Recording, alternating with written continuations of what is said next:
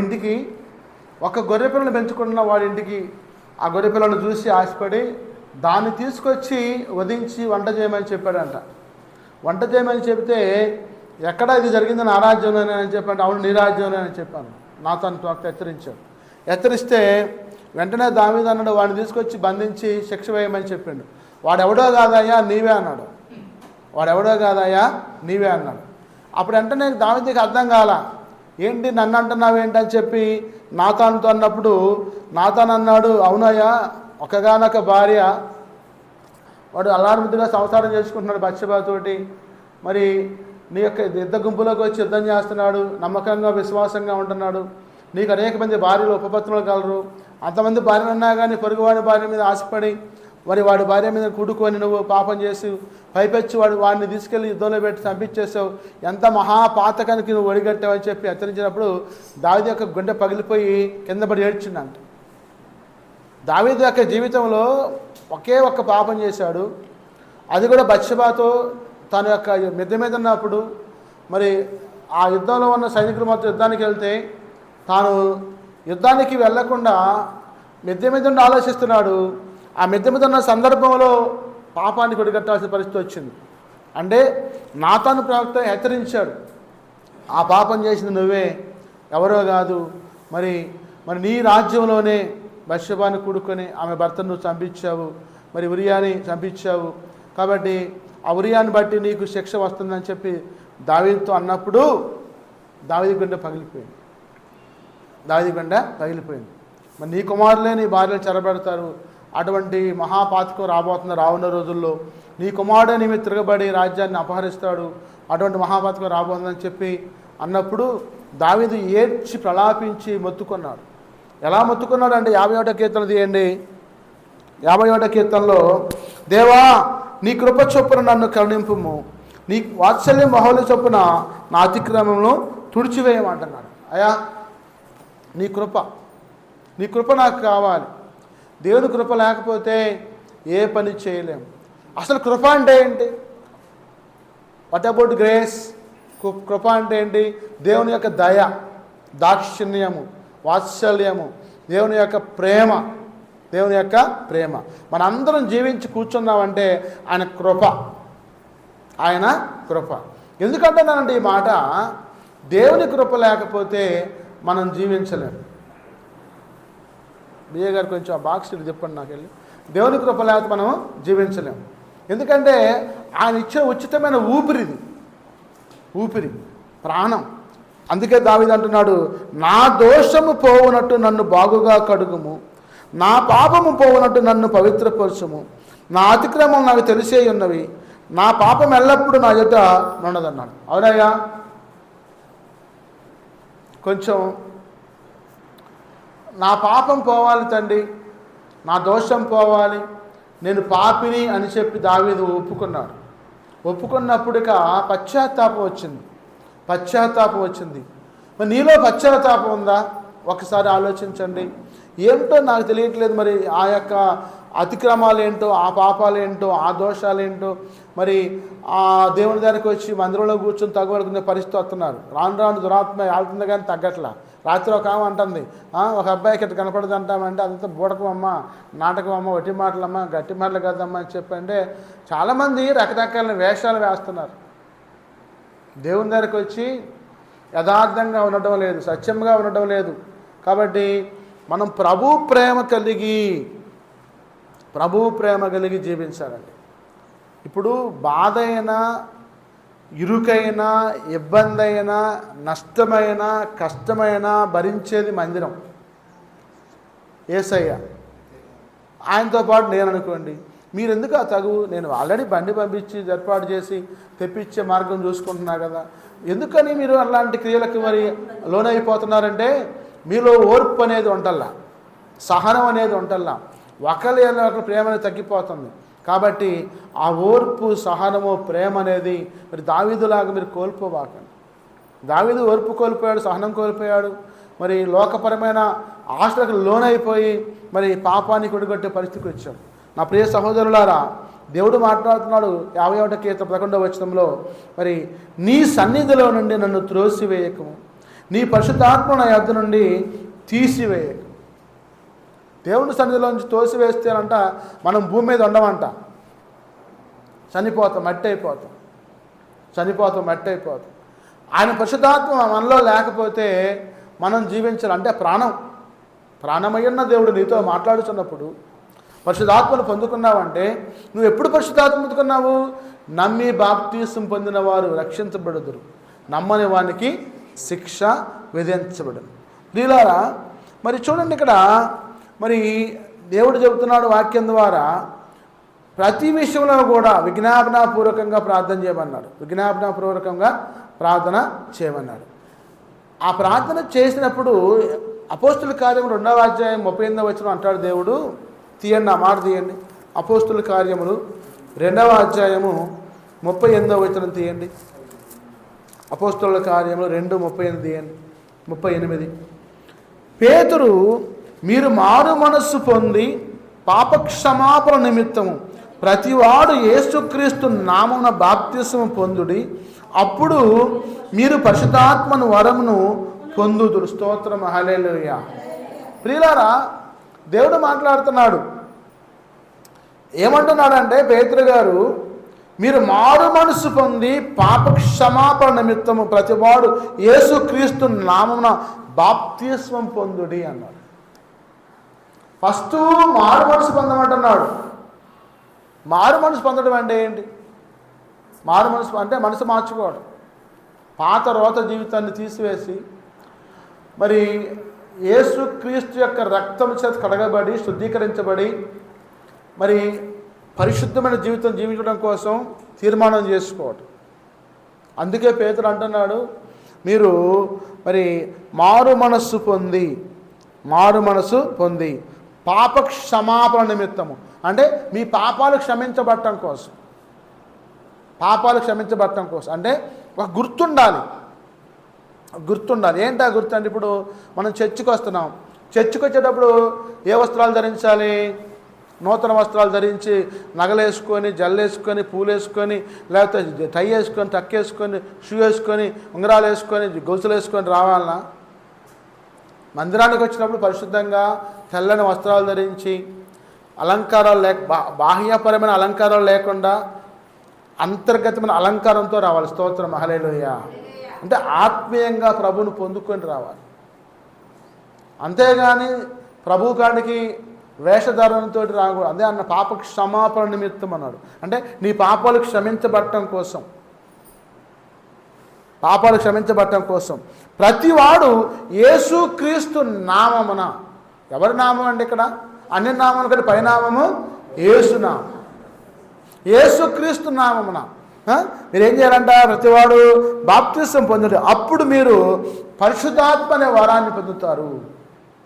ఇక పరిశుద్ధాత్మ అంటే మొన్న పోయిన వారం ఒక సహోదరికి బాప్తిసం ఇచ్చినప్పుడు, అమ్మ నీటిలోకి వచ్చాం కదా, ఇంకా నీకేమన్నా వెనక ముందు ఉందా ఆలోచించుకో, మరి ఒకసారి తీర్మానం చేసుకుంటున్నావు, నువ్వు మరి అడుగేస్తే కనుక తీయకూడదు, ప్రభు కాడి పోయడం కోసం సిద్ధపడుతున్నావు కాబట్టి జీవితాంతం ప్రభు కాడి పోయడం కోసం సిద్ధంగా ఉన్నావా, లేకపోతే ఇప్పుడే తీర్మానం చేసుకోకపోతే నీళ్ళ నుంచి పైకి ఎక్కి వెళ్ళిపోవద్దు అన్నా. లేదు, తీర్మానం చేసుకున్నానండి అన్న. మరి నీటిలో నీకు ఏం కనపడుతుందమ్మా అన్న అంటే, నేను కళ్ళు మూసుకుంటే ఎర్రటి ఎలుగు దిగి వస్తుందండి. స్తోత్రం, హల్లెలూయా. ఎర్రటి ఎలుగు దిగి వస్తుందని. అవును, పరిశుద్ధాత్మనే వరాన్ని పొందుకున్నాం. అంటే పరిశుద్ధాత్మనే వరాన్ని పొందుకోవడానికి సూచన ఏంటంటే, యేసు ప్రభు వారు యోర్దాను నదిలో బాప్తిసం తీసుకుంటున్నప్పుడు పరిశుద్ధాత్ముడు పావురం ఆకారంలోకి వచ్చి ఆయన యొక్క తల మీద వాలాడు. స్తోత్రం, హల్లెలూయా. వ్రాలాడు. మరి నీకు పరిశుద్ధాత్మనే వరం పొందుకున్నట్టుగా ఆనవాళ్ళు ఏంటి? ఇప్పుడు ఈ రోజున పరిశుద్ధాత్మ గురించి మాట్లాడుతున్నా. నువ్వు బాప్తిసం తీసుకున్నావు, మారు మనసు పొందావు, పాపక్షమాపణ పొందావు, పశ్చాత్తాపడ్డావు, నీటిలోకి వెళ్ళి బాప్తిసం తీసుకున్నావు, మందిరానికి వస్తున్నావు, కానీ పరిశుద్ధాత్మ నీలో ఉన్నాడని చెప్పి నీకు ఆనవాళ్ళు ఏంటి? What about you? చెప్పండి, ఏంటి నీకు ఆధారం ఏంటి? చెప్పండి, ఆనవాళ్ళు ఏంటి? ఏంటి ప్రభు? మరి పరిశుద్ధాత్మ అంటే ఒక్కసారి పొందుకునేదే, బాప్తిసం తీసుకున్నప్పుడు వచ్చేది మాత్రం వృద్ధాహరాదు పరిశుద్ధాత్మ అనేది. ఇక ఆ పరిశుద్ధాత్మ అనేది నీకు జీవితాంతం ఉండాలి, అంటు పెట్టుకుని ఉండాలి, నింపుదల ఉండాలి, ఆయా సందర్భాలు నింపుతాను. అంటే ప్రార్థన చేసేటప్పుడు, వాక్యం వినేటప్పుడు కానీ, మరి సుచారం చేసేటప్పుడు కానీ నింపుదలతో ఉండాలి. దేవుళ్ళలో మమేకమైపోవాలి. నింపుతానంటే ఇప్పుడు ఈ బాటిల్ ఉంది, ఈ బాటిల్ నిండా ఏమి నింపాను నేను? నీరు నింపాను, వాటర్ నింపాను. వాటర్ నింపితే బాటిల్ ఏమైపోయింది? నింపబడ్డది. మరి నువ్వు దేంతో నింపబడ్డావు? ఇప్పుడు పరిశుద్ధాత్మతో నింపబడాలి, దేవుని వాక్యంతో నింపబడాలి, దేవుని ప్రార్థనతో నింపబడాలి. కన్నీటి ప్రార్థనతో, మోకాటి ప్రార్థనతో దేవుని యొక్క ఆలోచనలు, దేవుని యొక్క కార్యాల గురించి, మహిమల గురించి, ఆశ్చర్యకరమైన సంగతుల గురించి ఎప్పుడూ ఆలోచించి దేవుల్లో మమేకమైపోయి లీనమైపోవాలి. కానీ ఆ అమ్మాయి ఏంది, ఈ అమ్మాయి ఏంది, ఆమె ఏంది, ఏమేంది, ఆయన ఏంది, ఏనేంది, అవన్నీ నీకెందుకు? వాళ్ళ చేతుల్లో కంది అయితే నీకెందుకు రంది? వాళ్ళ చేతిలో కంది పంట పండితే నీకెందుకు అమ్మ రంది? నువ్వు పంట పండించుకోరాదు, నీకెందుకు ఆ రంది? చూసినవా? జడ కాపు కాసింది, కింద నుంచి పైదాకా ఒకే కాపు ఉంది, భలే కాపు కాసిందని చెప్పి రంది పడుతున్నాం. వాళ్ళ పిల్లగాళ్ళు బాగుంటే వచ్చుకోలేవు, వాళ్ళ పంట బాగుంటే వచ్చుకోలేవు, వాళ్ళు చక్కగా నగలేసుకుంటే వచ్చుకోలేవు, బట్టలు వేసుకుంటే వచ్చుకోలేవు, మంచి కూర వండితే వచ్చుకోలేవు, మంచి మరి బట్టలు వేసుకుంటే వచ్చుకోలేవు, మంచి ఇల్లు కట్టుకుంటే వచ్చుకోలేవు, శుభ్రంగా ఉంటే వచ్చుకోలేవు. తుస్కారంగా తీసేసినట్టు మాట్లాడి వాళ్ళని నువ్వు ఆడిపోసుకుంటావే. నీలో భక్తి ఎక్కడుంది? ఇంకెక్కడ? యేసుప్రభుని ఎలా నమ్ముకున్నావు నువ్వు? ఇతరులను చూసి ప్రేమించలేని దానివి, వరవలేని దానివి, ఎలా భక్తి నీలో ఉందో చెప్పండి. పరిశుద్ధాత్మ నీతో ఎట్లా ఉంటాడండి? పరిశుద్ధాత్మ నీలో ఎలా? ఇప్పుడు నాకు పరిశుద్ధాత్ముడు వచ్చిండు, నాకు యాక్సిడెంట్ అయింది, నన్ను కాపాడిండు, దేవదూతలు వచ్చారు, ఎత్తి పెట్టుకున్నారు, లేపి పక్కన పెట్టారు, నాకు అపాయం తప్పిందని చెప్పి నువ్వు మాట్లాడుతున్నావు. నీకు అపాయం తప్పించింది ఎవరే అంటే పరిశుద్ధాత్ముడే. స్తోత్రం, హల్లెలూయా. యేసుప్రభు వారు అన్నాడు, నేను మీకోసం ఆదరణకర్తను పంపుతాను, పరిశుద్ధాత్మను పంపుతానని చెప్పి అన్నాడు. అయ్యా మీరున్నారు కనుక మాకు ఆదరణకర్త ఏంటి, పరిశుద్ధాత్మ మీద అని చెప్పి వాళ్ళు అనుకున్నారు. ఇప్పుడు గాలి దోలుతుందండి, ఈ గాలి ప్రపంచం మొత్తం దోలుతుందా? వెలిది గ్రామానికి దోలుతుందా? ప్రపంచం మొత్తానికి దోలుతుంది. అంటే పరిశుద్ధాత్మ కూడా ప్రపంచం మొత్తానికి విస్తరించి. స్తోత్రం, హల్లెలూయా. వాయు రూపంలో విస్తరించింది.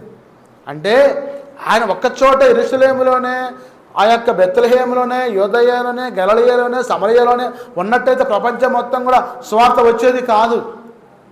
యేసు మరణించి తిరిగి లేవటం వల్ల పరిశుద్ధాత్మను ఆయన పంపించి నీ కుడి ఎడమ దేవతలు కాపలా ఉంచి కంచె వేసి నీ పాదములకు రాయి తగలకుండా వారు వచ్చి ఎత్తి పెట్టుకోవటం పరిశుద్ధాత్ముడు చేస్తున్నాడు. స్తోత్రం, హల్లెలూయా. మరి ఏమండి, స్టెఫెన్ గారిని రాళ్లతో కొట్టి చంపేస్తున్నారు కదా, ఏమైపోయాడు? పరిశుద్ధాత్ముడు వచ్చి కాపాడలేడా అని మీరు అనొచ్చు.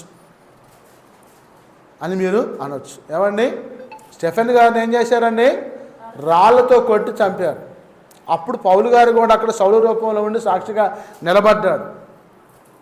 కానీ పేతురు, సౌలు కావచ్చు, ఇక్కడ శిష్యులు కావచ్చు, ఎవరైనా కావచ్చు, స్టెఫెన్ రాళ్ళేసి కొడుతున్నారు. ఎందుకు స్టెఫెన్ రాళ్ళేసి కొట్టి చంపాల్సిన అవసరం వచ్చిందంటే యేసుక్రీస్తు దేవుడు అని చెప్పి సువార్త చెబుతున్నాడు కాబట్టి. యేసుక్రీస్తు దేవుడు అని చెప్పి సువార్త చెబుతున్నాడు కాబట్టి అది వాళ్ళకి తప్పైపోయింది. అప్పుడు స్టెఫెన్ ఏం చేసిందంటే పరిశుద్ధాత్మను పొందుకొని పరిశుద్ధాత్మ వశుడైపోయి యేసు ప్రభు వారు యెహోవా దేవుని యొక్క కుడిపార్శ్వన కూర్చొని ఉంటే చూసి పరవశుడైపోయి తన యొక్క శరీరాన్ని మరణానికి అప్పగించుకుని దేవుని యొక్క సన్నిధికి వెళ్ళాడు. స్తోత్రం, హల్లెలూయా. అంటే దేవుని చిత్తమై ఉంది అది. స్టెఫెను రాళ్లతో కొట్టి చంపబట్టడం దేవుని చిత్తమై ఉంది. లేకపోతే రాళ్ళతో కొట్టి చంపుతారా? రాళ్ళు దూది పింజల్లో లేచిపోవండి. పరిశుద్ధాత్మలు వస్తే రాళ్ళు ఉంటాయా? రివర్స్ అయిపోవాలి దగ్గరలో. ఒక అమ్మ మనకే వస్తున్నారు రాళ్ళు, పాండ్రా బాబు వచ్చి ఎటు అటు ఉరుకుతారా?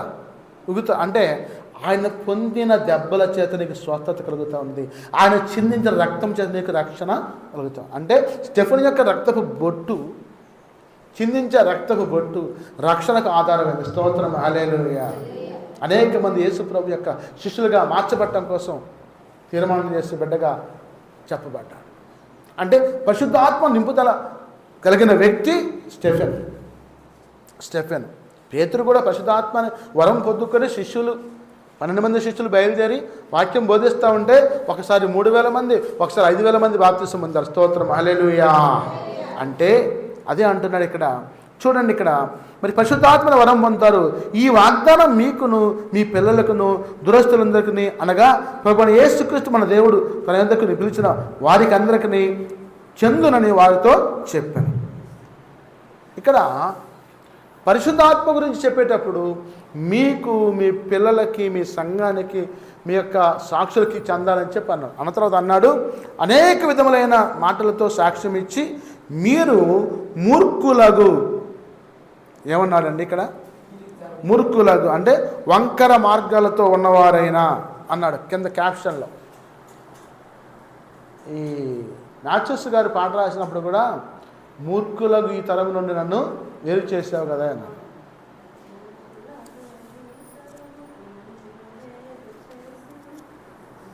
పరలోక వారసత్వం నాకు ఇచ్చావు అన్నాడు. అంటే ఇక్కడ మూర్ఖులకు ఈ తరము వారు, మూర్ఖులకు ఈ తరము వారు అంటే ఇక్కడ చూడండి, ఇక్కడ వేరే రక్షణ పొందిన వారితో హెచ్చరించి కాబట్టి అతని వాక్యం అంగీకరించిన వారు బాప్తిసం పొందిరి. ఆ దినమందు ఇంచుమించు 3,000 మంది చేర్చబడిన. స్తోత్రం, హల్లెలూయా. అంటే వంకర మార్గాల్లో ఉన్న ప్రజలారా, మూర్ఖులకు ఈ తరం వారులారా, మీ వంకర మార్గాల నుండి సక్రమమైన మార్గంలోకి, యేసు మార్గంలోకి వచ్చి రక్షణ పొందమని చెప్పి వాక్యం చెబుతాము. నీ వంకర మార్గాలని, నీ అక్రమమైన మార్గాలని సక్రమమైన మార్గాలుగా మార్చేది ఎవరంటే యేసు. స్తోత్రం, హల్లెలూయా. కాబట్టి మరి మూర్ఖులకు ఈ తరం నుంచి నువ్వు వేరుపరిచింది ఎవరంటే పరిశుద్ధాత్ముడు. పరిశుద్ధాత్ముడు. మీరు అందరూ మూర్ఖులకు ఈ తరం నుంచి వేరుపరచబడి వచ్చి కూర్చున్నారంటే పరిశుద్ధాత్మనే వరం పొందబట్టి. మీరంటారు, అయ్యా నేను పరిశుద్ధాత్మనే వరం పొందానని చెప్పి నాకు మరి ఆనమాలేంటి, గుర్తేంటి, సాక్ష్యం ఏంటి, సూచన ఏంటి అని చెప్పి అంటారు. ఏం చెప్తారు చెప్పండి? నువ్వు బాప్తిసం తీసుకున్నావు, రక్షణ పొందావు, మారుమనసు పొందావు, పాపక్షమాపణ పొందావు, నీటిలోకి వెళ్ళి నీ పాపాలు పాతిపెట్టబడి నూతనంగా ఎస్తేరమగానో లేకపోతే ఎలిసమ్మగానో లేకపోతే ఏసమ్మగానో లేచి వచ్చావు. లేచి వచ్చిన తర్వాత పరిశుద్ధాత్మనే వరం పొందుకున్నావని చెప్పి నీకు సాక్ష్యం ఏంటి? ప్రతి నెల ఆయన శరీరాన్ని, రక్తాన్ని సేవిస్తున్నావు. పాప ఒప్పుకోలు పొందుతున్నావు. అయ్యా అమ్మా నేను పాపం చేసి ఉంటే క్షమించండి, నేను దోషం చేసి ఉంటే క్షమించండి, నేను ప్రేమగా కలిగి జీవించాలని చెప్పి నీ ఇరుగు వారితో పొరుగు వారితో షేకని తీసుకొని కన్నీరు కార్చి పశ్చాత్తాపడి మోకాలు వేసి ప్రార్థన చేసుకొని క్షమాపణ కోరుకొని ఆయన శరీరాన్ని, రక్తాన్ని సేవించి మాదిరికరంగా జీవిస్తూ పరిశుద్ధాత్మను పొందుకుంటున్నావు. స్తోత్రం, హల్లెలూయా. ఇంకా పరిశుద్ధాత్మ అంటే లోతైన సంగతులు తెలుసుకోవటం, జరిగే వాటిని, జరగబోతున్న వాటిని దర్శనాల ద్వారా, ప్రార్థన ద్వారా, వాక్యం ద్వారా, ప్రవక్తల ద్వారా దేవుడు మీతో మాట్లాడటం, దేవుడు మీతోటి మాట్లాడటం. అంటే మరి ప్రతి విషయంలోనూ పరిశుద్ధాత్ముడు మీతో మాట్లాడి హెచ్చరిస్తూనే ఉంటాడు. అమ్మాయి అభూత మాట మాట్లాడకు, అమ్మాయి ఆ సినిమా చూడకు, లోపల నుండి ఘోషిస్తూ ఉంటాడు పరిశుద్ధాత్ముడు. అమ్మాయి ఆ సీరియల్ చూడబాకు, అమ్మాయి మరి ఆ ఇరుగువాడితో చెడు సాంగత్యం చేయమాకు, అయా ఆ పొరుగు వాడితోటి మరి దొంగతనాలకు పాల్పడమాకు, వారితోటి సరసోక్తులైనను బూతులైనను మాట్లాడమాకు అని చెప్పి పరిశుద్ధాత్ముడు లోపల నుండి హెచ్చరిస్తూనే ఉంటాడు. కానీ దురాత్మగాడు వచ్చి, సాతాను వచ్చి తింటే ఏమైంది, తింటే సస్తావా అన్నాడు. సావనంటగా, నాకు జ్ఞానం వచ్చిందంటగా అని చెప్పి ఆయమ్మాయి అనుకుంది. ఎప్పుడైతే ఆయమ్మాయి ఆ యొక్క మనసులో ఆలోచన వచ్చిందో, పాపానికి ఎప్పుడైనా సరే ఆలోచన రానియకూడదండి. ఆనాడు అవ్వమ్మ గారు పాపానికి ఆలోచన రానియబట్టే పాపానికి ఒడిగట్టాల్సిన అవసరం వచ్చింది. అసలు ఆలోచన రానొద్దంట. అందుకని అంటే మూర్ఖులకు ఈ తరం వారికి వేరుగా నేను చేశాడు. స్తోత్రం, హల్లెలూయా. అంటే మూర్ఖులకు ఈ తరముతో నువ్వు సహవాసం కానీ సాంగత్యము కానీ చేయము. రాత్రికాల సేవలు అదే మాట్లాడాను. ప్రత్యేకించబడి బిడ్డగా ఉండాలి, వేరుపరచ బిడ్డగా ఉండాలి. అంటే వారు నిన్ను హేళన చేస్తున్నా కానీ, అపహాసం చేస్తున్నా కానీ, మరి వాళ్ళు నిన్ను ఎక్కిరిస్తున్నా కానీ, లేకపోతే నిన్ను ఒక రకంగా తీసేసినట్టు మాట్లాడుతున్నా కానీ, వాళ్ళతో వాదించడం కంటే ప్రక్కకు వచ్చి పరిశుద్ధతను నువ్వు కాపాడుకో. స్తోత్రం, హల్లెలూయా. వాళ్ళతో నువ్వు ఉండి మరి మనసులో బాధపడటం కంటే ప్రక్కకు వచ్చి నువ్వు ఆత్మీయమైన జీవితాన్ని కాపాడుకోవడం మంచిది కాదా? ఇప్పుడు వాళ్ళు ఏమంటారు, ఒకసారి తింటే ఏమైంది, ఒకసారి చూస్తే ఏమైంది, ఒకసారి వస్తే ఏమైంది, ఇట్లా ఒకసారి అని చెప్పి మాట్లాడతారంట. ఒక కుర్రాడు యూనివర్సిటీలో చదువుకుంటున్నాడు, వాడు హైదరాబాద్ సెంట్రల్ యూనివర్సిటీలో. వాళ్ళందరూ అందుకని గాలి బ్యాచ్ ఉంటారు కదా యూనివర్సిటీలో కూడా, రూమ్లో కూర్చొని ఒక మందు బాటిల్ తెచ్చుకొని కూర్చొని పెట్టారంట. ఒకడు పల్లెటూరు అమ్మాయికి అప్పుడే వాడు బాగా చదువుకొని పాస్ అయ్యి ఆ యూనివర్సిటీలో చేరింది. వాడిని పిలిచి కూర్చోరు అన్నారంట. నేను కూర్చొని అలాంటి పని నేను చేయనని చెప్పి భలే వాడే కూర్చోరు, ఏం మనిషి రాని అన్నారంట. వాడిని కూర్చోబెట్టి ఏం చేశారంటే మజ్జిగ తెచ్చారంట. ఆ మజ్జిగ 2 గ్లాసులు తెచ్చి ఒక చెమ్ములో పోసి ఈ మందందుట్లో పోసి వాడికి ఇచ్చారంట. మజ్జిగ తాగమన్నారంట. వాడు మజ్జిగ తాగడానికి ఏమైపోతానంట, ఇట్టి దిగిపోతానంట. వాడు ఏంటంట, మా అమ్మకి మా నాన్న కబురు చేయండి, మా అక్కలను చూడాలందా నాకు, మా నాన్నని చూడాలందా నాకు కబురు చేయండి అంటున్నాంట. ఎందుకు? నేను చనిపోతానేమో, నా లోపల ఇది వెళ్ళిపోయి ఏదో చేస్తుంది, ఇది విషయమేమో, మందు తాగానేమో నేను, విషం తాగానేమో నేను అని చెప్పి భయం వచ్చేసింది. కొంతమంది చావుకండి కారణం భయం కూడా. ఇక యూనివర్సిటీ స్టూడెంట్స్ మొత్తం కనకలు నడుకుంటూ వాడిని ఆ హాస్పిటల్లో తీసుకుపోయి, ఉస్మానియా హాస్పిటల్లో తీసుకుపోయి జాయిన్ చేసి బాటిల్ కట్టించి తెరుకున్నా తీసుకొచ్చి హాస్టల్లో పెట్టారంట. చాలామంది అండి స్నేహితులు కూడా తన పొరుగువారిని, ఇరుగువారిని, స్నేహితుల్ని పాడు చేస్తూ ఉంటారు. ఈ లోకపరమైన సాంప్రదాయాలు కానీ, ఆచారాలు కానీ, సహవాసాలు కానీ, పద్ధతులు కానీ వాటికి దూరంగా ఉండాలి. మనం ఎక్కడున్నా సరే, నువ్వు బెంగళూరులో ఉండు, హైదరాబాద్లో ఉండు, చెన్నైలో ఉండు, లేకపోతే అమెరికాలో ఉండు, లేకపోతే ఇంగ్లాండ్లో ఉండు, లేకపోతే కెనడాలో ఉండు, ఆస్ట్రేలియాలో ఉండు, ఏ దేశంలో ఉన్నా, మరి ఆ ప్రాంతాల్లో ఉన్నా కానీ, ప్రదేశాల్లో కానీ, పట్టణాల్లో ఉన్నా కానీ ఆత్మీయమైన జీవితాన్ని కోల్పోకూడదు. స్తోత్రం, హల్లెలూయా. ఆత్మీయమైన జీవితాన్ని కోల్పో. అందుకే అంటాడు దేవుడు వాక్యం ద్వారా,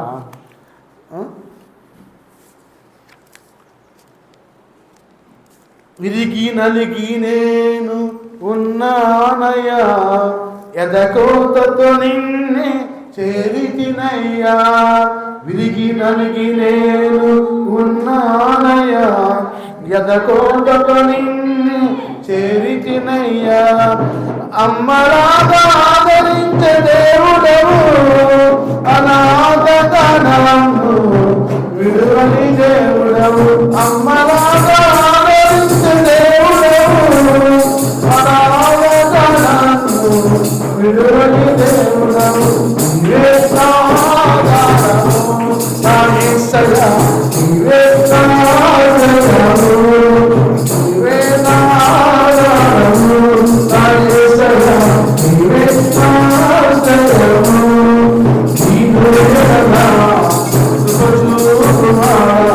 నీ దాసుడు దాటిపోయా,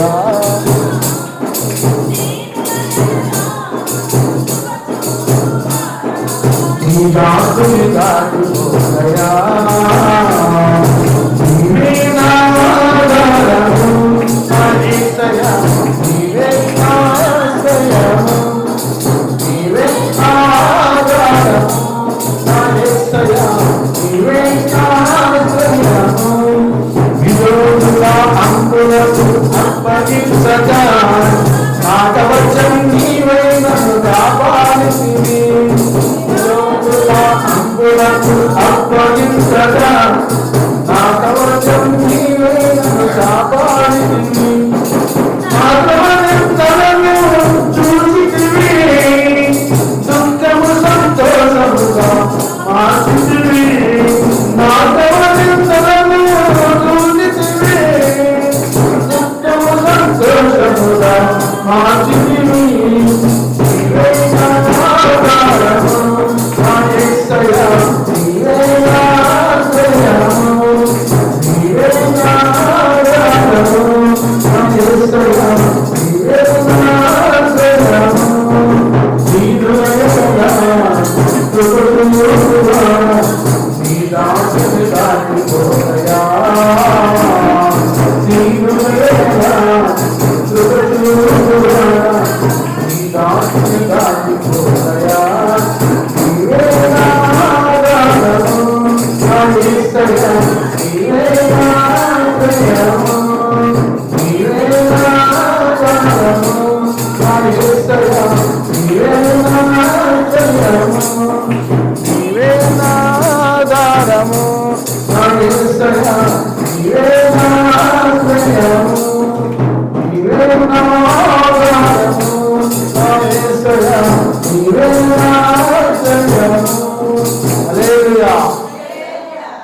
కాబట్టి దేవుని యొక్క సన్నిధికి వచ్చేవారంట మాదిరికరంగా ఏమన్నాడంటే, వాళ్ళు ఎప్పుడైతే బాప్తీసం తీసుకున్నారో, వాళ్ళు ఎప్పుడైతే రొట్టెలో పాలు పంచుకుంటున్నారో, వాళ్ళు ఎప్పుడైతే శరీరంలో పాలు పంచుకుంటున్నారో, ఆ తర్వాత అన్నాడు, వీరు అపోస్తుల బోధ యందును సహవాసమందును రొట్టె విరుచుట యందును ప్రార్థన చేయుట యందును ఎడతెగక ఉండ్రి. స్తోత్రం, హల్లెలూయా. ఇది పరిశుద్ధాత్మ అంటే. ఇప్పుడు పరిశుద్ధాత్మ అంటే ఏంటంటే రొట్టెలో పాలు పంచుకోవటం, ప్రార్థనలో పాలు పంచుకోవటం, అపోస్తుల బోధ ఏంటంటే వాక్యం వినటంలోను, ప్రార్థన చేయటంలోను, సహవాసములోను. మరి ఇక్కడ ప్రతి విషయంలో ఎడతెగక ప్రార్థన చేయమన్నా. ఎడతెక్క అంటే ఇక ఎల్లప్పుడూ కంటిన్యూస్ ప్రాసెస్ సిస్టమ్. ఎప్పుడు ప్రార్థన చేస్తూనే ఉండాలి. ప్రార్థన నీ ఆయుధం అయితే విజయం నీ బానిస అవుతుంది. ప్రార్థన నీ ఆయుధం అయితే విజయం నీ బానిస అవుతుంది. అంటే నువ్వు ప్రార్థన చేస్తే నీకు దేవుడు ఏం చేస్తాడంటే విజయాన్ని ఇస్తాడు. నీ కుమారుడికి జాబ్ ఇస్తాడు, నీ కోళ్ళకి జాబ్ ఇస్తాడు, గర్భఫలం ఇస్తాడు, పంట ఇస్తాడు, పాడిస్తాడు. అసలు అవన్నీ నీకు కావాలంటే ఇప్పుడు నీకు ఎవరు కావాలి? యేసుప్రభు కావాలి. యేసుప్రభు నీలో ఉంటే అవన్నీ నీకు వస్తాయి. యేసుప్రభు లేకుండా అయినా కావాలి ఎట్టొస్తాయి? ప్రార్థన లేదు, పరిశుద్ధత లేదు, శుద్ధీకరణ లేదు, పశ్చాత్తాపం లేదు, మోకాటి ప్రార్థన లేదు, కన్నీటి ప్రార్థన లేదు. ఇవన్నీ లేకుండా నాకు అది కావాలయ్యా, ఇది కావాలయ్యా, అది వస్తేనే నా ప్రార్థనకు వస్తా, ఇది వస్తేనే ప్రార్థనకు వస్తా అని చెప్పి కొంతమంది కండిషన్లు పెట్టి ప్రార్థనలు మానేస్తున్నారు. కండిషన్ టు బెయిల్ అని చెప్పి నేరాల్లో ఉంటుంది. అది కండిషన్ టు బెయిల్ అంటే నువ్వు రోజు పోలీస్ స్టేషన్కి వచ్చి సంతకం పెట్టాలరా, అట్టయితే బెయిల్ ఇస్తాను లేకపోతే అని అంటారు. అది కండిషన్ బెయిల్ అంటే వీడు ఒక నేరం చేస్తాడు.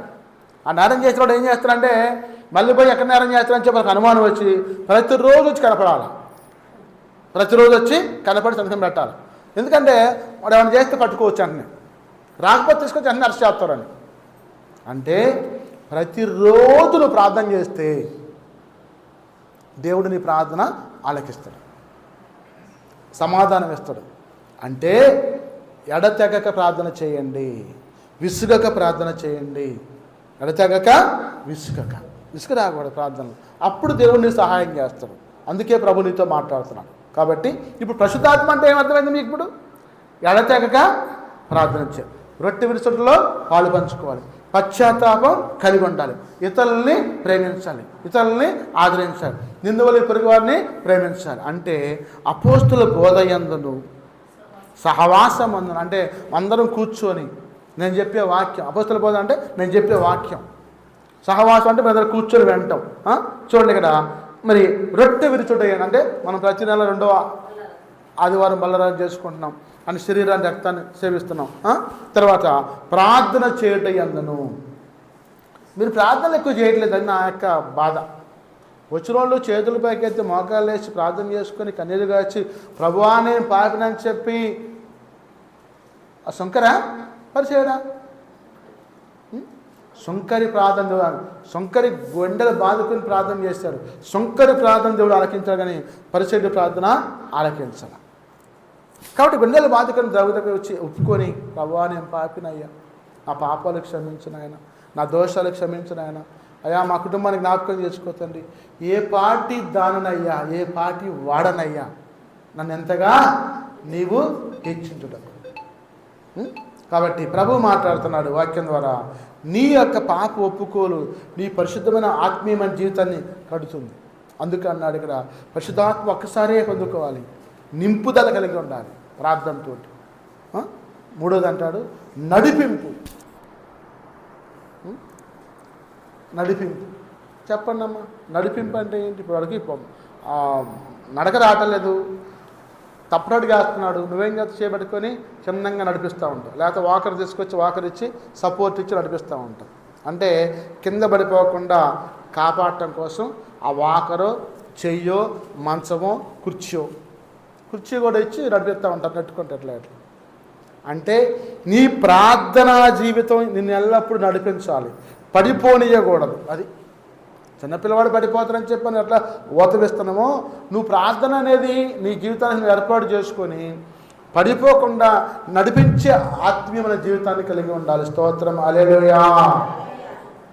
ఏంటా నడిపింపు అంటే?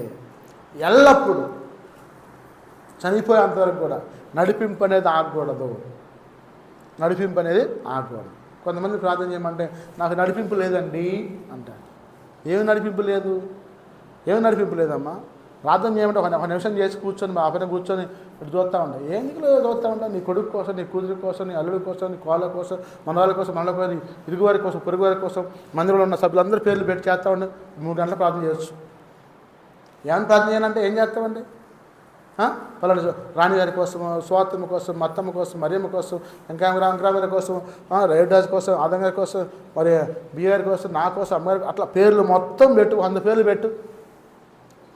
3 గంటలు అయింది. ఏం చేశారంటే ఏం చెయ్యవు. స్తుతి స్తోత్రం చెప్పమంటేనే నీకు ఇసుకు నీకు. కాబట్టి ఏ అవసరాలు ఉన్నా, అక్కర్లు ఉన్నా అవి మొత్తం దేవుని ముందు పెట్టి ప్రార్థన చేస్తూ ఉంటాం. నడిపింపు వస్తుంది. నడిపింపు ఎలా వస్తుందండి? చేస్తుంటే వచ్చింది. చేయకుండా కూర్చొని ఆఖరి మొద్దులా నిద్రపోతే ఏమవుతుందండి? నడిపింపు వచ్చుద్దా? హల్లెలూయా, హల్లెలూయా. ఒక్కసారి ఆలోచించండి. కాబట్టి పరిశుద్ధాత్మ అనేది నిత్యమైన సంబంధం. నిత్యమైన సంబంధం అంటే ఎవరు చెప్తారు చెప్పండి? ఇప్పుడు అక్కడ ట్రాన్స్ఫార్మర్ ఉంది. ఆ ట్రాన్స్ఫార్మర్లోకి తీగల ద్వారా కరెంట్ వస్తుంది. చర్చిలోకి కరెంట్ రావాలి. ట్రాన్స్ఫార్మర్ వచ్చి కరెంట్ తీసుకొని బిచ్చుద్దా మనకి? ఏం చేయాలి మనం? దానికి ఒక తీగ వేసుకొని ఆ తీగ ద్వారా తెచ్చుకుని మీటర్లో పెట్టుకుంటే కరెంట్ వచ్చింది. యేసు ప్రభుకి నీకు తీగే ప్రార్థన. స్తోత్రం, హల్లెలూయా. యేసు ప్రభుకి నీకు ఆ తీగే ప్రార్థన. ప్రార్థన చేయకపోతే దేవునికి అర్థం తెలుస్తుంది నువ్వు మనిషిగా కాదని. అవసరం ఉందా లేదని తెలుసుద్దా? ఏమండి? నువ్వు అక్కర్లో ఉన్న వాళ్ళు తెలుసుద్దా? ఆ ప్రార్థన నిత్యమైన సంబంధాన్ని ఏర్పాటు చేయాలి. ఆ తీగ కరెంటు పాస్ అవ్వాలి. యేసు ప్రభు దగ్గర నుంచి కరెంటు నీకు పాస్ అవ్వాలి. ఆ పాస్ అయినప్పుడు నువ్వు ఆ పరిశుద్ధాత్మను పొందుకుంటావు. స్తోత్రం, హల్లెలూయా. ఆ షార్పు, ఆ వెలుగు, ఆ ప్రకాశమానమైన వెలుగు, ఆ యొక్క మరి నాకు షాక్ కొట్టిందన్నంట. షాక్ కొట్టడం అంటే ఏంటి? షాక్ కొట్టడం అంటే ఏంది? ఆదాయం గారు చెప్పండి. మీకు బాగా తెలుసు ఆ విషయం. మాకు తెలియదు ఎవరికి. అయ్యా స్విచ్ అయ్యి ఆదాయం గారు అంటే షాక్ కొట్టింది నేనే అంటాడు. స్విచ్ అయితే షాక్ కొట్టిద్దమ్మా నాగరత్తమ్మ, చెప్పమ్మా కథ చెప్పమ్మా, న్యాయం చెప్పమ్మా. అదిగో దాని పోయేవాడు కదండి. స్విచ్ అయితే షాక్ కొట్టుద్దా? సిక్కెత్తే షాక్ కొడితే ఎంతమంది వచ్చేవాళ్ళు ఈ లోకంలో? ఉండేవాళ్ళు ఎవరన్నా అసలు? ఏమ్మా షాక్ కొట్టడం అంటే ఏంటి చెప్పండి? ఏమండి బిఏ గారు? షాక్ కొట్టడం అంటే ఇవ్వగలక బిఏ షాక్ కొట్టడం అంటే ఏంటి? పెట్టివా? ఏమైంది నీకు?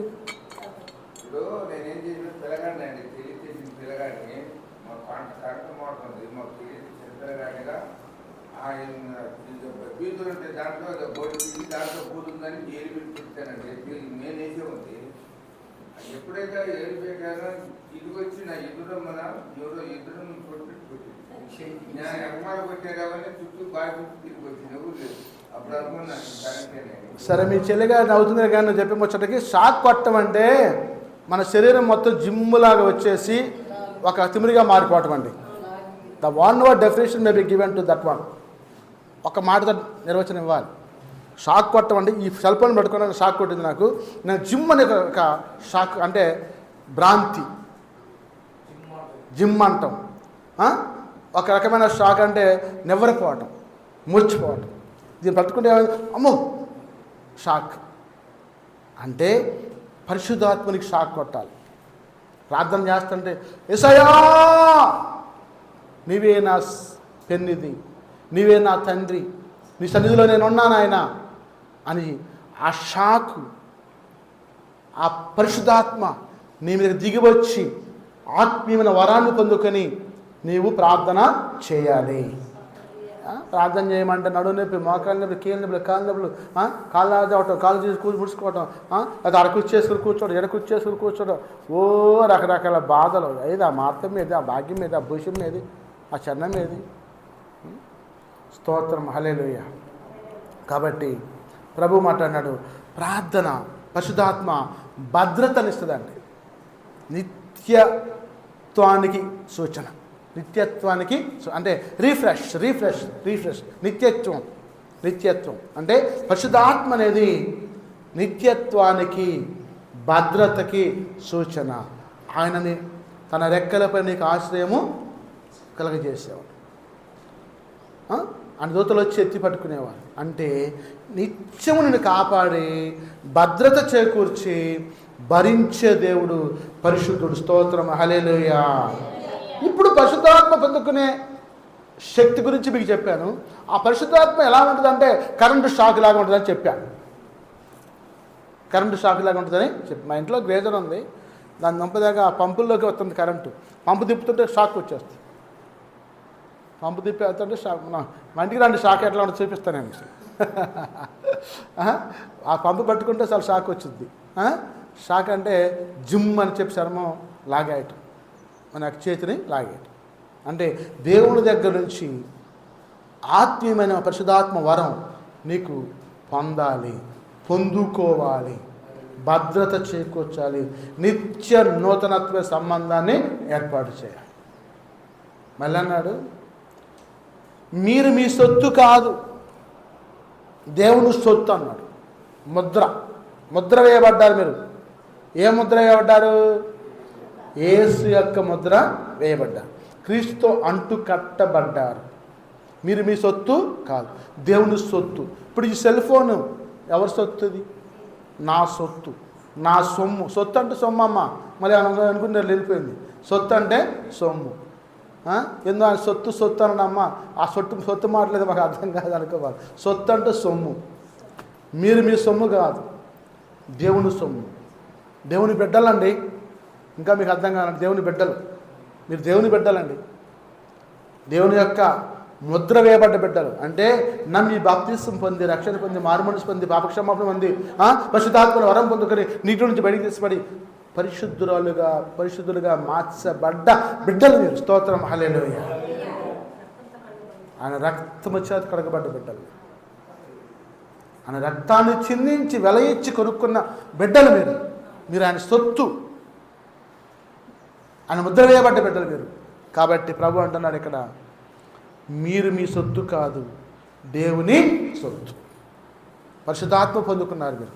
ఆ పరిశుద్ధాత్మ పొందుకోబట్టే వాక్యం అంటున్నారు, ప్రార్థన చేస్తున్నారు, శరీరం తీసుకుంటున్నారు, రక్తం తాగుతున్నారు, మందిరానికి వస్తున్నారు, మరి ఎడతెగక ప్రార్థనలో చేస్తున్నారు. కాబట్టి పరిశుద్ధాత్ముడు మీతో మాట్లాడుతున్నాడు. మరి యెషయా గ్రంథంలో అంటాడు, 63వ అధ్యాయము 12వ వచనంలో చూడండి. యెషయా 63:12.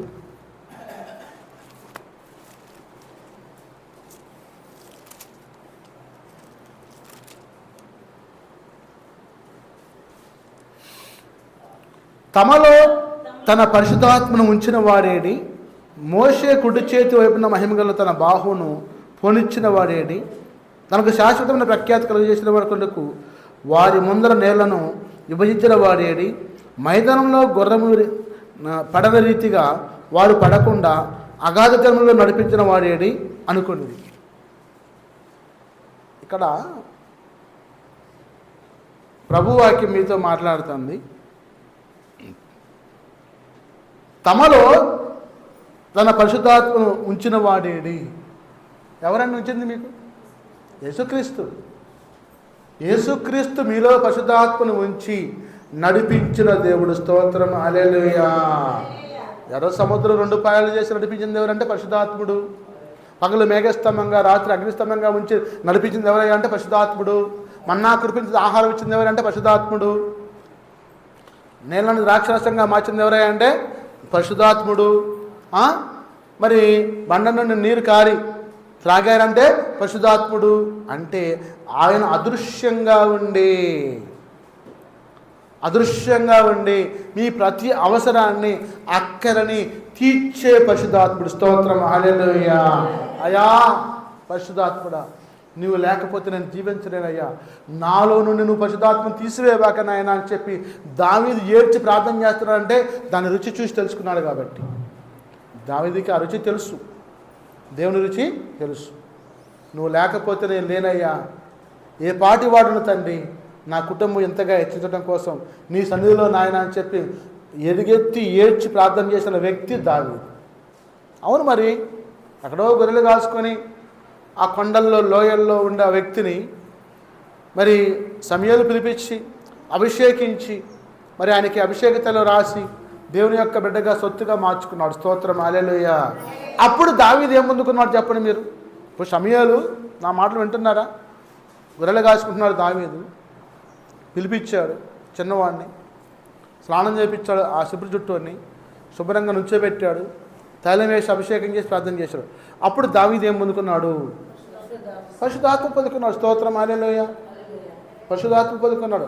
పరిశుద్ధాత్మ పొందుకోబట్టే ఆ యొక్క సింహాన్ని జూలు పట్టుకొని చీల్చి చొట్టేసి కొట్టి చంపాడు. ఆ ఎలుగుబంటిని చంపేశాడు.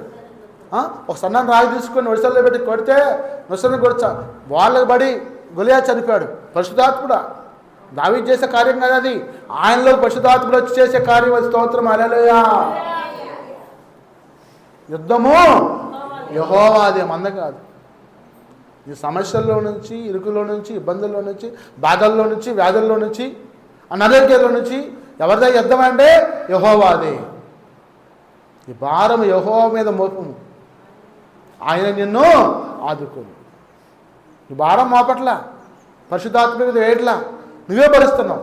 భరించబాకు. దేవుడు నీతో మాట్లాడుతున్నాడు. సహోదరి సహోదరుడా, పరిశుద్ధాత్మని వేడుకున్నాయినా, నేను పాపినయ్యా, నా పాపాలు క్షమించు తండ్రి, నేను దోషినయ్యా, నా దోషాలు క్షమించాయని చెప్పి పశ్చాత్తాపడి గోజాడి కన్నీరుగాచి మోకాళ్ళు వేసి అన్ని నామల కన్నా పైనామం యేసునామని ఎప్పుడైతే స్తుతిస్తావో అప్పుడు పరిశుద్ధాత్మను పొందుకుంటావు. పాప ఒప్పుకోలు లేకుండా, పశ్చాత్తాపం లేకుండా, క్షమాపణ లేకుండా, హృదయాన్ని శుద్ధీకరించుకోకుండా పాపం లోపలుంచుకొని ప్రార్థన చేస్తే దేవుడు ఆలకించడు. కొంతమంది, చాలామంది పాపాలు లోపలుంచుకుంటున్నారు, ప్రార్థన చేస్తున్నారు, బాధలు ఎక్కువ అవుతున్నాయి కానీ తక్కువ కావట్లేదు. ఇప్పుడు లోపల కాళ్ళు ముళ్ళు ఇరిగింది నారతమ్మా, గెదలు పోయినావు నువ్వు, ఆ ముళ్ళు ఉంచుకొని నడుస్తున్నావు అనుకోండి, ముళ్ళు ఏమైంది లోపల కలుక్కని నడవనొచ్చుద్దా? ఒత్తుకుంటుంది, బాధ వచ్చుద్ది, ఇంకా గాయం ఎక్కువైపోద్ది. అవసరమైతే కాలు తీసేసే పరిస్థితి వచ్చింది, కాలు తీసే పరిస్థితి వచ్చింది. ముందు ఏం చేయాలి? నువ్వు ముళ్ళు తీసేయాలి, పాపం తీసేయాలి, పరిశుద్ధంగా మారాలి. అప్పుడు నీ ప్రార్థన దేవుడు అలకిస్తాడు. అప్పుడు నీ కాలు నలవలిచ్చుద్ది. ముళ్ళుంటే నలవలిచ్చుద్దా? ఇంకా ఎక్కువైపోద్ది, పాపం ఎక్కువైపోద్ది, పుండు ఎక్కువైపోద్ది. కాలు నరికేసి ఎక్కడేస్తారు? నరకంలో వేస్తారు. పాపం ఒప్పుకోలేకుండా, పశ్చాత్తాపం లేకుండా ప్రభు కాడికి వస్తే నీ ప్రార్థన దేవుడు ఆలకించడు. ఒట్టొట్టి ప్రార్థన అది, గట్టెట్టి ప్రార్థన కాదు. ఒట్టొట్టి ప్రార్థన అది. ఆ ఒట్టొట్టి ప్రార్థన నీకు ఎందుకండి? పరిశుద్ధాత్మతో నింపుదల కలిగి ప్రార్థన చేయి, దేవుడి యొక్క ప్రార్థనని ఆలకిస్తాడు. కాబట్టి మరి బాప్తిస్మ ఇచ్చే యోహానండి పరిశుద్ధాత్మతో బాప్తిస్మ ఇచ్చాడు. స్తోత్రం, హల్లెలూయా. నీళ్ళతో బాప్తిస్మ ఇచ్చాడు. కానీ యోహాన్ అంటాడు, నా వెనుక వచ్చేవాడు అగ్నిలోను పరిశుద్ధాత్మలోను బాప్తిస్మ ఇస్తాడు చెప్పాడు. స్తోత్రం, హల్లెలూయా. ఇప్పుడు ఇశ్రాయేలీయులు ఐగుప్తు నుంచి బయలుదేరినప్పుడు ఎర్ర సముద్రం దాడుతున్నారు. వాళ్ళు ఎక్కడ బాప్తిస్మ పొందారు? ఎర్ర సముద్రంలోనే పొందారు. ఎర్ర సముద్రంలో అందరూ 6 లక్షల కాలపాలం బాప్తిస్మ పొందారు. ఆత్మతోటి, పరిశుద్ధాత్మతోటి బాప్తిస్మాన్ని పొందారు. కాబట్టి బాప్తిస్మ అనేది ఒకసారి వచ్చేది. అది అగ్నిలో పొందొచ్చు, నీళ్ళలో పొందొచ్చు, పరిశుద్ధాత్మలో కూడా పొందొచ్చు. స్తోత్రం, హల్లెలూయా. ఇప్పుడు ఆ శిలువలో ఉన్న దొంగ ఉన్నాడు, ఎక్కడ బాప్తిస్మ పొందాడు? శిలువలోనే బాప్తిస్మ పొందాడు, పాపక్షమాపణ పొందాడు, పశ్చాత్తాపం పొందాడు. ప్రభువా నేను పాపినయ్యా అని చెప్పి ఒప్పుకుని ఏడ్చి ప్రలాపించి నీ చిత్తమైతే నన్ను క్షమించి ఈ రోజు కనుక మనం చనిపోతే నీ రాజ్యంలో నన్ను జ్ఞాపకం చేసుకుని ఆయన అని చెప్పి గోజాడితే అప్పటికప్పుడు దొంగ పాపాలు క్షమించబడి యేసు రాజ్యంలో ప్రవేశించాడు. స్తోత్రం, హల్లెలూయా. ఇంకోడు ఉన్నాడు, వాడేమన్నాడు? నిన్ను రక్షించుకొని మమ్మల్ని రక్షించిన ఆయన అని చెప్పి అని హేళన చేశాడు. కానీ ఆ దొంగ ప్రార్థనలాగా నీ ప్రార్థన ఉండాలి. అంటే తగ్గింపు ప్రార్థన.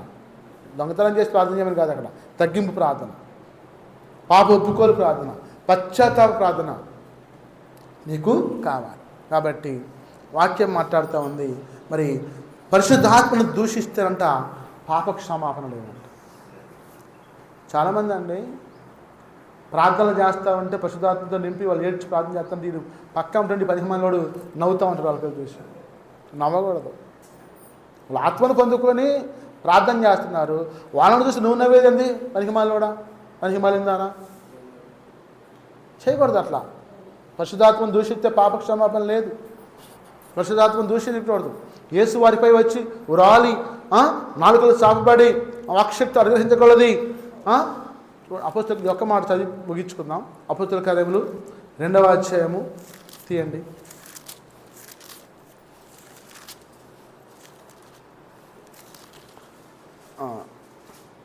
2వ వచనం నుంచి చూడండి అక్కడ. అప్పుడు వేగముగా వీచు బలమైన గాలి వంటి ఒక ధ్వని ఆకాశం నుండి అకస్మాత్తుగా వారు కూర్చున్న ఇల్లంతయు నిండెను. మరియు అగ్నిజ్వాల వంటి నాలుకలు విభాగింపబడినట్లుగా వారికి కనబడి వారిలో ఒక్కొక్కరి మీద వ్రాలగా అందరూ పరిశుద్ధాత్మతో నిండినవారే ఆ ఆత్మ వారికి వాక్శక్తి అనుగ్రహించిన కొలది అన్య భాషలతో మాట్లాడసాగి. స్తోత్రం. హల్లెలూయా, హల్లెలూయా. ఇప్పుడు పరిశుద్ధాత్మను వాళ్ళు ఎలా పొందుకున్నారు చెప్పండి? అందరూ మనందరూ ప్రార్థన చేస్తున్నారండి, ఏక మనసుతో, ఏకాత్మతో, ఏకశక్తితోటి అందరి మీదకి వచ్చి పరిశుద్ధాత్మ వాలుద్ది. ఎవరిని వదిలిపెట్టదు. అందరూ పొందుకోవాలి, అందరూ ఆత్మతో ఉండాలి, ఆత్మశక్తితో ప్రార్థన చేయాలి. అందుకే అన్నాడు, ఆత్మ వాక్శక్తి అనుగ్రహించిన కొలది ఒక్కొక్కరి మీద రాలగా పరిశుద్ధాత్మతో నిండిన వారి ఆత్మ వారికి వాక్శక్తి అనుగ్రహించిన కొలది అన్య భాషలతో మాటలాడసాగిరి. హల్లెలూయా. కాబట్టి నీకు రాని భాషలతో నువ్వు మాట్లాడతావంట. నీకు రాని భాషలతో నువ్వు మాట్లాడుతావంట.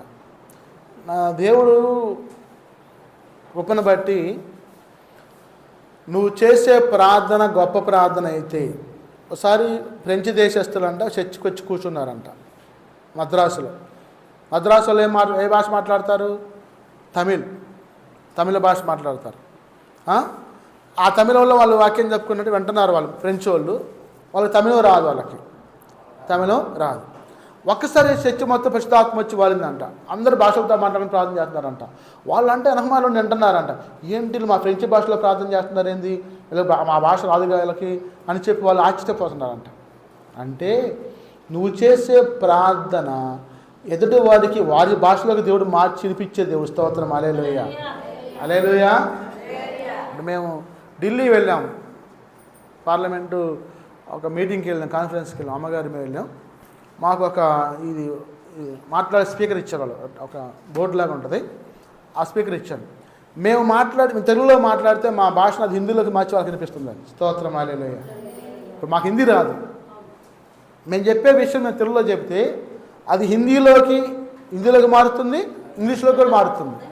ఇంగ్లీష్లోకి ఇంగ్లీష్ అర్థమవుతుంది, హిందీలోకి హిందీ అర్థమవుతుంది. సో అది పరిశుద్ధాత్మ అంటే ఆ పరిశుద్ధాత్మ మనిషి ఏం చేశాడు? ఇక్కడ యంత్రం రూపంలో నిగూఢం చేశాడు. స్తోత్రం. హల్లెలూయా. భాషను నిగూఢం చేసి వినిపిస్తున్నాడు. మేము ఆశ్చర్యపోయాం. నిజమే, మాకు భాష రాకపోయినా కానీ వీడు పెట్టే యంత్రం ద్వారా మేము మాట్లాడితే వాడికి ఇంగ్లీష్ అర్థమవుతుంది, తెలుగు వాడికి తెలుగు అర్థమవుతుంది, హిందీ వాడికి హిందీ అర్థమవుతుంది. అంటే నువ్వు చేసే భాషలతో చేసే ప్రార్థన పరిశుద్ధతతో కూడిన ప్రార్థన అయితే ఏ భాష వచ్చి నీ మందిరంలో ఉన్నా కానీ అందరికి అర్థమవుతా అంట. హల్లెలూయా. అది దాని అర్థం. తర్జుమైపోద్ది ఆటోమేటిక్గా. ఇప్పుడు నాకు ఇంగ్లీష్ రాదు, హిందీ రాదు, నేను ఇంగ్లీష్ రాష్ట్రానికి బయలుకండి, అమెరికా బయలుకండి, వాక్యం చదువుతానండి, వాళ్ళందరి చెవుల్లోకి నా యొక్క భాషను దేవుడు ఏం చేస్తారంట? ఇంగ్లీష్లోకి మార్చి వినిపిస్తారంట. స్తోత్రం. హల్లెలూయా. ఇంగ్లీష్లోకి మార్చి, అది పరిశుద్ధాత్మ అంటే. ఇప్పుడు దాకా మీరు ఇంగ్లీష్లో వాక్యం చెప్పారు కదా అంటారంట. ఏమంటే లేదే నేను తెలుగులో చెప్పానే అని ఏనంట. కాదండి ఇంగ్లీష్లో చెప్పారంట అంటారు. ఎవరు వినిపించారు? పరిశుద్ధాత్మ. కాబట్టి దేవుడి వాక్యాన్ని దీవించునుగాక. హల్లెలూయా. ప్రార్థన చేసుకుందాం. పరిశుద్ధాత్మ యేసు నామమున